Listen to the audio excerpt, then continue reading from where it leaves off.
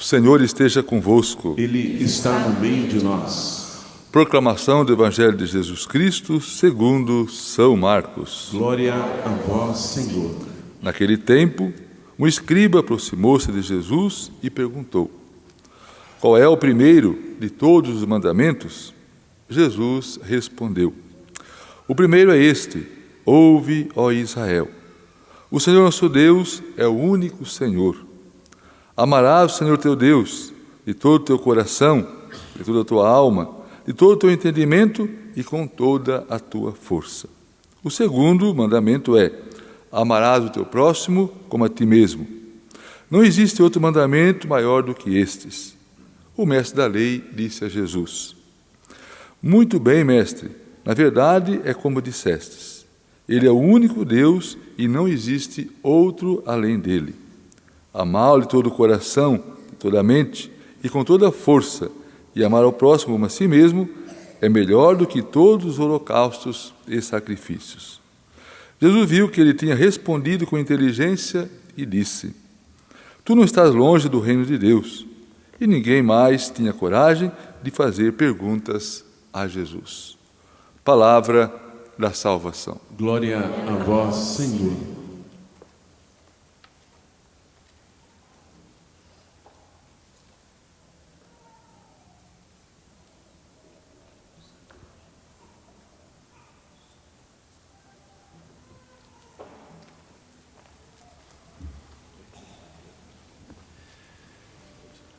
Queria saudar de novo, de modo particular, as pessoas que nos acompanham pela TV Canção Nova, também por outros meios.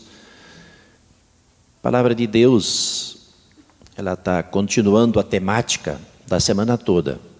A temática do terceiro domingo de Quaresma, o tema central é conversão.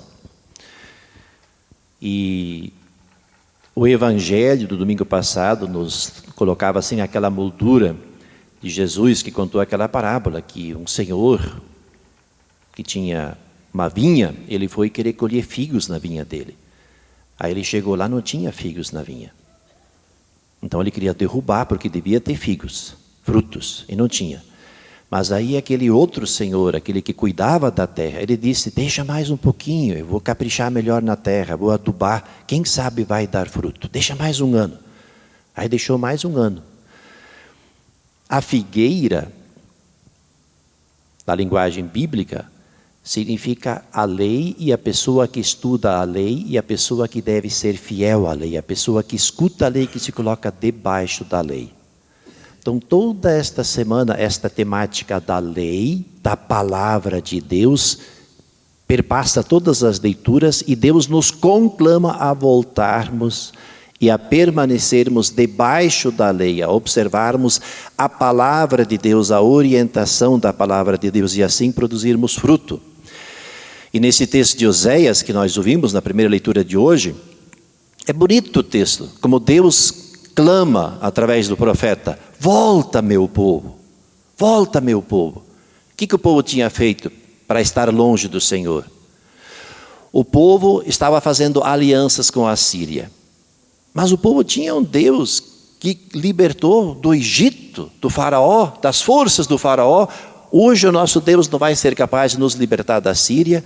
Então o povo fazia aliança com a Síria.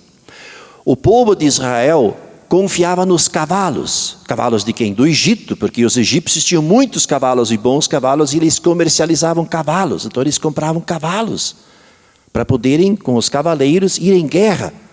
Terceira coisa que a palavra do Senhor denuncia, quando ele diz volta: o povo de Deus tinha feito a opção de construir ídolos e adorar ídolos. Esqueceram-se que Deus basta, não precisamos mais ninguém. Então a voz de Deus: volta. E ao voltar, eu não vou ter ira contra você, pelo contrário, eu vou ter misericórdia, benevolência para com você, meu povo. Quão grande é o meu amor por você! Como se manifesta a minha benevolência, a minha misericórdia, a minha compaixão e a minha bondade por você?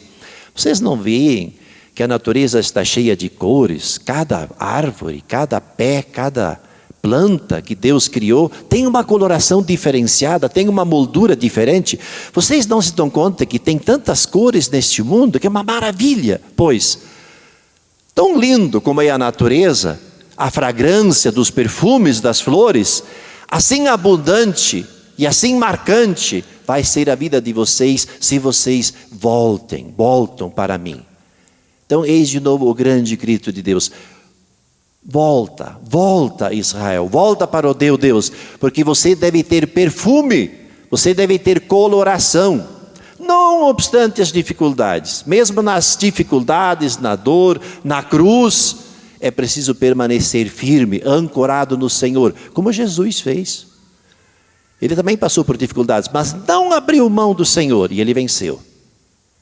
E a vida dele tem coloração e perfume.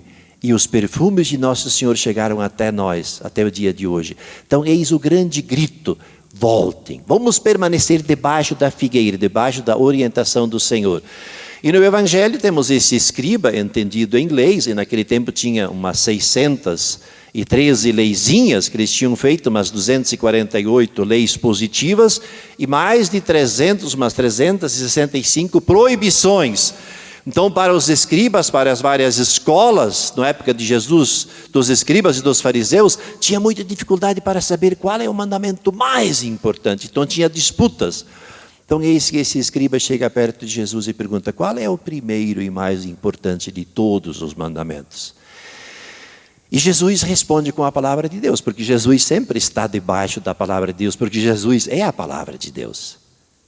Então Jesus, ele, a palavra de Deus responde, ele que é a lei, responde àquele que é um estudioso da lei. Até é meio irônico ler nesse sentido esse texto, porque alguém que estuda a lei vai perguntar para aquele que fez a lei, será que ele sabe qual é o mandamento mais importante? É óbvio que ele vai saber.